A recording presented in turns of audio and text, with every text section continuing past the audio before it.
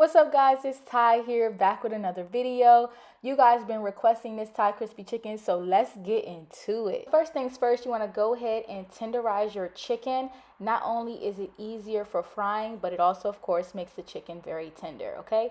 And then you want to cut it up into smaller pieces and clean it with vinegar, salt, and water, all right? Next up guys, you want to go ahead and towel dry your chicken, okay?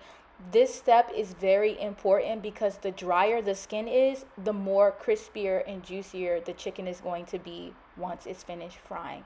So please, please, please make sure you don't skip this step, guys. It is very, very important. All right, and what you see now are the seasonings that I'm going to use for the chicken and the flour, guys. So a little bit of sazon, a little bit of garlic powder, chili powder, cumin, onion powder, garlic powder, and a little bit of cayenne, guys, okay? Make sure you're giving it a generous amount of seasoning. Don't overdo it, but make sure the chicken and the flour is good and seasoned, okay? And I did forget a pinch of salt, so a couple of pinches of salt is okay, guys, not too much, all right? And then you want to go ahead and give the chicken a good toss, guys. Make sure every piece of chicken is coated in that delicious seasoning.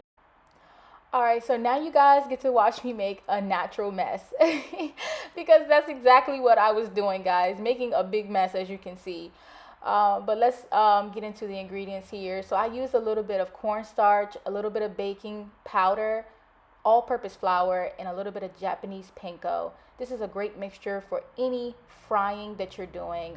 Check it out and let me know what you guys think. And if you have any suggestions, drop it down in the comments and I'm gonna give it a try. All right, so next, as you can see, that I am just mixing everything together and kind of taking all the air out. And what I'm doing right here is just breaking down that panko inside of the flour mixture so that everything is evenly incorporated. All right, next what we're going to do is we're going to take those exact same seasonings that we used for the chicken and we're going to go ahead and season our flour mixture with that. All right, use a generous amount of each one just to make sure that your flour is fully seasoned as well as the chicken, okay? And once you finish putting all of the seasonings into the flour mixture, you want to go ahead and seal the bag up real good and give the flour mixture a good toss, okay?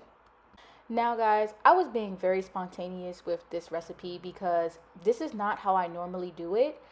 So this is actually different, and when I say it came out 10 times better, I am definitely going to make it like this every time I make my Thai crispy chicken now.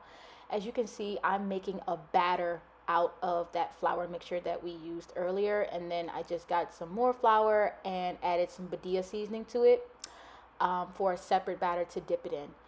And now I'm going to take that wet mixture and mix it all in with the chicken, guys.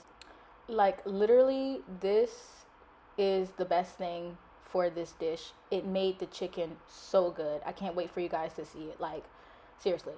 But anyways, let's move on. So now we're going to start on our onions and garlic and peppers. So you just want to peel your onion. We're going to use about 3/4 of this onion and we're going to give it a good rough chop. Literally guys, it doesn't have to be like super fancy because of the type of dish it is. So you kind of want the onions to be a little chunky, so don't cut them down too much, okay? And if you're an onion lover, use as much as you like. All right, and as you can see, I'm just taking a few slits into this Scotch bonnet, and the other one I'm actually going to rough chop and put that with the onions. I'm going to show you guys what I'm going to do with the other Scotch bonnet in just a quick second. So once you go ahead and roughly chop these Scotch bonnets up and put it in with the onions, go ahead and start with your garlic. So give it a quick smash and remove the outer layer, and then give all of them like 1 or 2 slits, okay? And then we're going to go ahead and put the oil in the pan. You want to fill it up enough where the chicken will be covered. Since we're cooking like small pieces of chicken, you really don't need that much oil, but you do want to make sure that the chicken is fully covered in the oil. All right, so then now this is what I want to show you guys. So I'm going to go ahead and drop the garlic and the Scotch bonnet into the oil while the oil is getting hot. That is very important, guys. Just like you season your chicken, you want to also season your oil. Very important, okay? And before you drop your chicken, you want to make sure that the oil reaches a level of 350. Now let's go ahead and get into the rice, guys. Make sure you're washing your rice. Once the rice comes to a boil, drop the heat and cover it.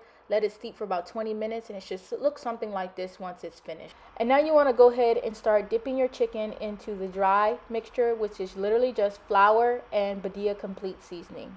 Alright, so put enough for one batch of chicken in there, and now all is left to do is go ahead and shake up that chicken in that flour. Make sure all the chicken gets nice and coated.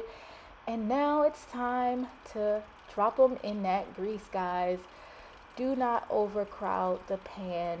All it's going to do is cause it to take longer to cook, and the chicken is not going to be crispy at all. So cook in small batches. I know it's going to take a little longer, but yes, it is worth it. And just repeat this process until all of your chicken is cooked, and they should look something like this when they come out, guys. The chicken came out so good. I am definitely going to continue to do this for the next one. And now for my favorite part, let's get into the sauce, guys. Oh my goodness, okay? So first things first, you want to put some oil in the pan, get it real hot and nice. And then you want to just go ahead and drop down your onions and your scotch bonnets right into the pan, okay? You want to keep your pan on a very high heat the entire time for this. You want the pan to be scorching hot for this, all right? So saute the onions and the scotch bonnets for maybe like 2 minutes by themselves, and let them kind of get a little bit of color on them. And then once they start to brown a little bit, you want to go ahead and drop some garlic down and stir that up real nice, okay? Things are about to get real smoky right now. I was actually coughing up a lung during this process. Like literally, it was a lot of smoke going on, but that's a part of the dish though. I started to put in some ginger paste, as you can see. You can use regular fresh ginger or the ground ginger if you have it, but I prefer the ginger paste for dishes like this. And then I just use some minced onions. Stir quickly, guys, because they burn fast. And then I'm just going to toss some butter in there and allow that to all come together real nice and pretty, okay? Next, you want to go ahead in with some soy sauce. Give that a good mix up. Right now, we're just going to be adding ingredients that will just enhancing the actual Thai ginger flavor.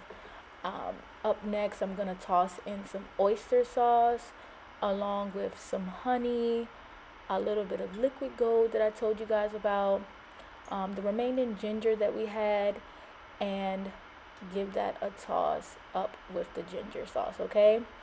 This dish is so good and so quick and so easy to make.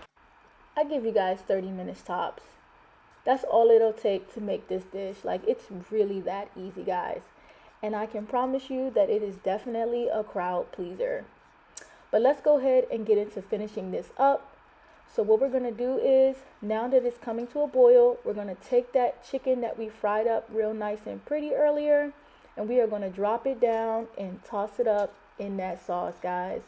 Make sure all the chicken is nice and coated real good. And it's only one thing left to do, which is my favorite part.